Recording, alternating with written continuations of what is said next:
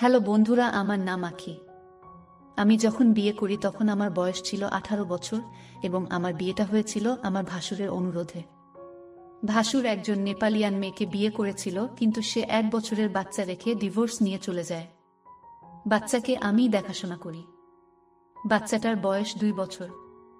আমার ভাসুর আমার স্বামীকে চালাকি করে বিদেশ পাঠিয়ে দেয়, আর আমার স্বামী তার বড় ভাইয়ের কথা কিছুতেই অমান্য করতে পারেনি, তাই সে বিদেশ চলে যায়। এরপর বাড়িতে আমি আর ভাসুর থাকতাম। একদিন রাতে ভাসুর বলল, আমার পায়ে খুব ব্যথা করছে, আমাকে একটু মেসেজ করে দেবে আখি। আমি বুঝতে পারছিলাম এটা ভাসুরের মিথ্যে অভিনয়, তবুও আমি ভাসুরের চিৎকার শুনে আমি তার পায়ে ম্যাসাজ করতে গেলাম। তারপর ভাসুর দরজা লক করে দিল। এরপর আমার সাথে যা ঘটেছিল তা শুনলে তোমাদের পানি চলে আসবে। আমি ঢাকার শহরে স্বামী শাশুড়ি ভাসুরের সাথে থাকি। আমার স্বামী আর ভাসুর ব্যবসা করে। শাশুড়ি প্রায় আমেরিকায় থাকতে যান তার বড় মেয়ের কাছে। এখন মূল সমস্যাটা বলি। আমার স্বামী আমাকে নিজে পছন্দ করে বিয়ে করতে চেয়েছিল, কিন্তু আমাদের পরিবারের সাথে তাদের আর্থিক অবস্থা মেলে না। আমরা মধ্যবিত্ত, তারা ধনী বলে কেউ রাজি ছিল না। তখন আমার ভাসুর সবাইকে রাজি করান, তবে আমার প্রতি তার অনুরোধ ছিল যেন ওনার বাচ্চাকে আমি দেখাশোনা করি। একদিন দুপুরে বাসায় আমি আর বাচ্চা ছিলাম। বাচ্চাকে বিছানায় শুয়ে আমি বাথরুমে গোসল করতে যাই। বাচ্চাকে যেহেতু রুমে একা, তাই ওকে দেখে রাখার জন্য আমি বাথরুমের দরজা খুলে রাখি। ভাসুক তখন বাইরে আর শাশুড়ি আমেরিকায়। আমার স্বামীর কাছে বাসার চাবি থাকে। এ সময় দরজায় শব্দ পাই আর আমি ভেবেছিলাম আমার স্বামী এসেছে, কারণ চাবিটা ওর কাছেই ছিল। কিন্তু ভাসুরকে দেখে হঠাৎ আমার রুমে ঢুকে পড়তে। বাচ্চাকে তখন কিছুটা কান্না করছিল, তাই মনে হয় বাচ্চার শব্দে এসেছে।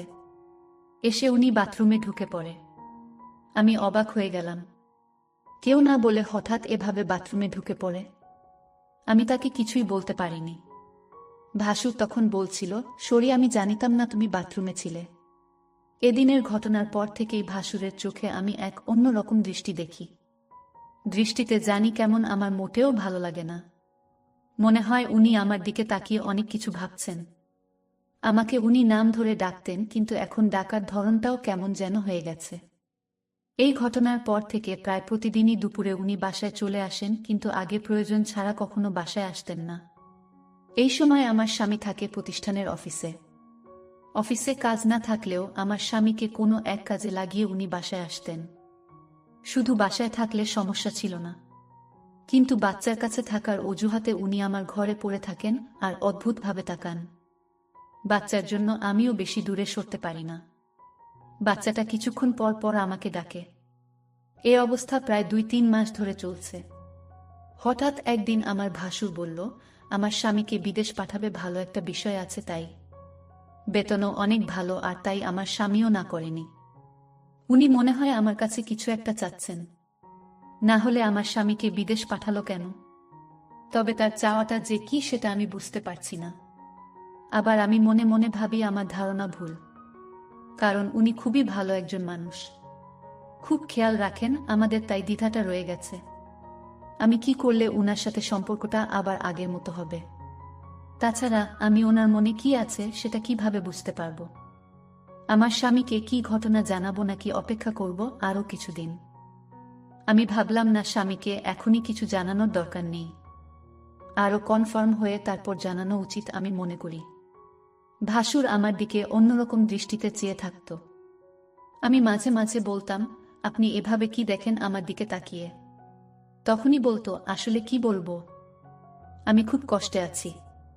আমার কষ্টটা যদি তোমার কাছে বলি তুমি হয়তো কি মনে করো তা আমি জানি না, তবে তুমি আমার বাচ্চাটাকে নিজে মনে করে লালন পালন করছো, এতে আমি অনেক খুশি। সত্যিকার অর্থে তুমি একজন ভালো ঘরের মেয়ে, কারণ এখনকার যুগের মেয়েরা তার নিজের সন্তানের প্রতি এতটা যত্ন নেয় না যতটা তুমি আমার বাচ্চাটার জন্য করছো। আমি তোমায় এই ঋণ কোনোদিন শোধ করতে পারবো না। আমার বাচ্চাটা, মায়ের অভাবটা তুমি পূরণ করেছো, এর চেয়ে বেশি কি হতে পারে? আসলে বিদেশি মেয়েরা তার সন্তানের প্রতি ভালোবাসা কম থাকে, তবে সবাই সমান না। বাঙালি নারীরা তার সন্তানের দিকে তাকিয়ে সারাটা জীবন কাটিয়ে দিতে পারে। বাঙালি নারীর কোনো তুলনা হয় না। তবে আমার ছোট ভাইয়ের বউ করে তোমাকে আনতে পেরে আমি নিজেকে ধন্য মনে করছি। আমার ভাসুর আমার এসব প্রশংসা করছিল। আমি তার প্রশংসা শুনে অনেকটা থমকে গেলাম। বাবারে, এত প্রশংসা! যাই হোক, ভাসুরকে একদিন দেখলাম খাওয়া দাওয়া ছেড়ে মনমরা হয়ে ঘরে শুয়ে আছে। এই বাড়িতে ভাসুরকে আমি দেখাশোনা ছাড়া আর কেউ নেই। দেখলাম ভাসুর আজ সারাদিন কিছু খায়নি। আমি ভাসুরকে বললাম, আপনার কি শরীর খারাপ? ভাসুর বলল, আমার মাথায় প্রচণ্ড ব্যথা করছে। সকাল থেকে কি করব বুঝতেছি না। আমি ভাসুরকে বললাম, আমি কি মাথায় একটু মেসেজ করে দেব? মেসেজ করে দিলে হয়তো ব্যথাটা কিছুটা কমে যাবে। ভাসুর আমার মেসেজের কথা শুনে অনেক খুশি হল। সে চেয়েছিল আমি তার মাথায় মেসেজ করে দিই। আমি ভাসুরের মাথায় মেসেজ করছিলাম, এমন সময় সে বলল, দেখো, তুমি মেসেজ শুরু করতেই আমার ব্যথাটা অনেকটা কমে গেছে। তোমার হাতে কি জাদু আছে নাকি? আমি তার কথা শুনে কিছুটা অবাক হলাম। আমি বললাম, মেসেজ করে দিলে এমনই ব্যথা কমে যায়। এখানে হাতের জাদু বলতে কিছু নেই। মেসেজ করলে ব্যথা কমে যাবে, এটাই স্বাভাবিক। ঠিক আছে, তোমাকে অনেক ধন্যবাদ মেসেজ করে দেওয়ার জন্য। আমার মাথা ব্যথা কমে গেছে, কিন্তু ভাসুরের মাথা ব্যথা ছিল না। মাথা ব্যথার অভিনয় করেছিল আমার সাথে। আমি এটা বুঝতে পারি আমি যখন তার রুম থেকে বের হই। তখন সে একা একা বলছিল, আমি ধীরে ধীরে আমার প্রতি ভালো মন মানসিকতা তৈরি করছি। সেটা আমি বুঝতে পারলাম। ভাসুর কেন আমার সাথে এমন মিথ্যা নাটক করেছিল, তার উদ্দেশ্যটা কি ছিল তা আমার জানা খুব জরুরি ছিল। আমি বাড়িতে আছি, ভাসুরের সন্তান আর আমার ভাসুর। এরপর দিন আবার সেই অভিনয় শুরু করল। সে আস্তে করে চিৎকার করছে আর বলতে লাগলো, আমার মাথা ব্যথা করছে। এখন কি করব? আমি তখন ভাসুরকে বললাম, ডাক্তারের কাছে যান, তাহলে সব ঠিক হয়ে যাবে। রোগ নিয়ে ঘরে বসে থাকলে কি আর চলবে? ভাসুর আমার কথা শুনে দেখলাম তার মুখটা অন্ধকার হয়ে গেল। আসলে কি তার মাথা ব্যথা করছে, নাকি এসব অভিনয়? আমি তার হাবভাব কিছুই বুঝতেছি না। আমি ভাসুরকে বললাম, চলুন আজ আপনাকে ডাক্তারের কাছে নিয়ে যাই। ভাসুর বলল, তুমি একটু মেসেজ করে দিলেই তো মাথা ব্যথা কমে যায়, তাহলে শুধু শুধু কষ্ট করে কেন ডাক্তারের কাছে যাওয়া লাগবে কেন? আমি ভাসুরের কথা শুনে কিছুটা অবাক হলাম। সে চায় আমি তার মাথায় মেসেজ করে দিই। আসলে সে কি চায় সেটা আমার জানতে হবে। ভাসুরের এমন অভিনয় আমার কাছে ভালো মনে হচ্ছে না। এর মধ্যে আমার স্বামী আমার কাছে ফোন করল। আমাকে জিজ্ঞেস করল, কেমন আছো আখি? আমি বলেছিলাম, তুমি খুব শীঘ্রই বাড়িতে আসলে অনেক ভালো হতো। এতদিন বিদেশ থাকার দরকার নেই, তুমি যত দ্রুত সম্ভব চলে আসো। আমার স্ত্রীর এমন কথা শুনে আমি কিছুটা থমকে যাই। আমার স্ত্রী তো কোনোদিন এমন কথা বলেনি। আজ সে এমনভাবে বলছে আমি যেন আজই দেশে চলে আসি। আমি আখিকে জিজ্ঞেস করলাম, তোমার কোনো অসুবিধা হচ্ছে আখি? আখি বলল, না, তেমন কোনো সমস্যা হচ্ছে না। বড় ভাই জান তোমার খোঁজ খবর রাখে তো? আমি বললাম, ভালোই খোঁজ খবর রাখে। ঠিক আছে, এখন রাখি, পরে কথা হবে। ভাসুর আড়ালে থেকে আমার সমস্ত কথাগুলো শুনছিল। কথা শেষ হতেই ভাসুর চলে গেল তার রুমে। রাত হলো, ভাসুর আমায় ডাকছে, বলছে, আখি আজ আমার পায়ে অনেক ব্যথা করছে, বুঝলাম না আমার কি হয়েছে। দিন দিন রোগ বেড়ে চলেছে। তুমি কিছু মনে না করলে আমার পায়ে একটু মেসেজ করে দাও। সে ব্যথায় চিৎকার করছে আর বলছে, আমার পায়ে অনেক ব্যথা করছে। আমি ভাসুরের চিৎকার শুনে তার পায়ে মেসেজ করতে শুরু করলাম। ভাসুর তখন ঘুমিয়ে পড়ল। ভাসুর ঘুমিয়ে রইল আর আমি তার পায়ে মালিশ করে দিচ্ছিলাম, কিন্তু ওদিকে বাচ্চাটা কান্না করতেছিল। আমি ভাসুরকে বললাম, আপনি ঘুমিয়ে পড়েছেন, বাচ্চাটা কাছে আমি চলে যাই। তখন ভাসুর বলল, ঠিক আছে, বাচ্চাটাকে ঘুম পাড়িয়ে আবার এসো। ভাসুর আমার সাথে এমন করছে মনে হচ্ছে আমি বাড়ির চাকরানির। সারাক্ষণ তার সেবা যত্ন আমার করতে হয়। আমি তো এই পরিবারের সমস্ত কাজ করতে করতে আমি অনেক ক্লান্ত, কিন্তু আমার কষ্ট কি আর কেউ বোঝে? পরের দিন আমি ভাসুরকে বলেছিলাম, আপনার মাথায় ব্যথা, পায়ে ব্যথা, আজ চলুন আপনার চিকিৎসা করাব। আজ আমি আপনাকে ডাক্তারের কাছে নিয়ে যাব। আপনি না যেতে চাইলে আপনাকে জোর করে নিয়ে যাব। ভাসুর মনে হচ্ছে গলা শুকিয়ে গেল, কারণ ডাক্তারের কাছে গেলে হয়তো সত্যটা ফাঁস হয়ে যাবে, তার কোনো রোগ ধরা পড়বে না। তখন হয়তো আমার চোখে সে দোষী হয়ে যাবে। এটা ভেবেই ভাসুর ডাক্তারের কাছে যেতে চাইতো না। আমি সেটা ভালো করে বুঝতে পারতাম। আর তাই ভাসুরকে আজ আমি বললাম, আপনি যদি আজ ডাক্তারের কাছে না যান তাহলে আপনি বাড়িতে একা একা থাকতে হবে। আমি চলে যাব এই বাড়ি থেকে, আমার স্বামী ফিরে আসলে আবার এই বাড়িতে ফিরুক, তার আগে না। ভাসুর আমার কথা শুনে থমকে গেল। তাহলে আখি আমার মনের কথা কি বুঝে গেল নাকি? ভাসুর বলল, ঠিক আছে আখি, চলো আজ আমি ডাক্তারের কাছে যাব। তুমি যখন চাইছো, আমি কি আর না করতে পারি? এখানে তো আমার কোনো উপকার হবে না।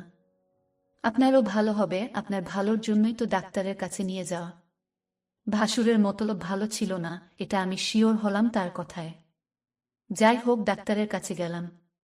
ডাক্তার তার সমস্ত শরীর পরীক্ষা করল। পরীক্ষার রিপোর্টের জন্য অপেক্ষা করতে লাগলাম। ভাসুর আজ অবশ্যই আমার কাছে ধরা পড়বে।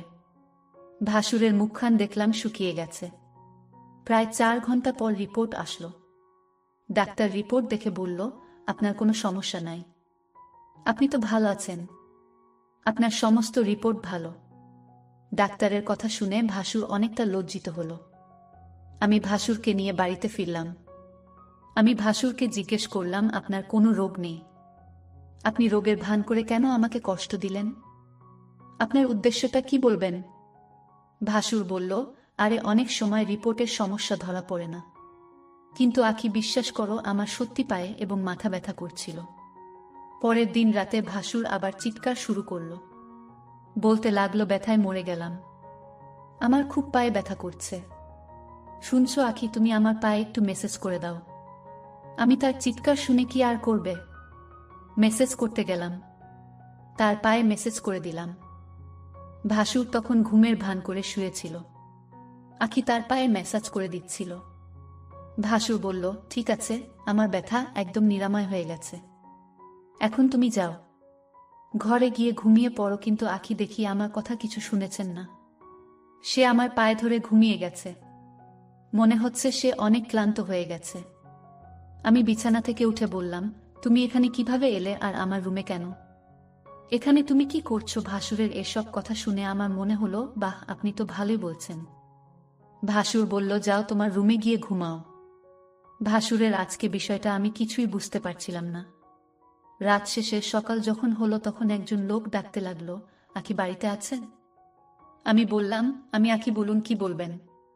লোকটি আমার হাতে একটি কাগজ দিয়ে বলল, এটা আপনার স্বামী বিদেশ থেকে পাঠিয়েছে।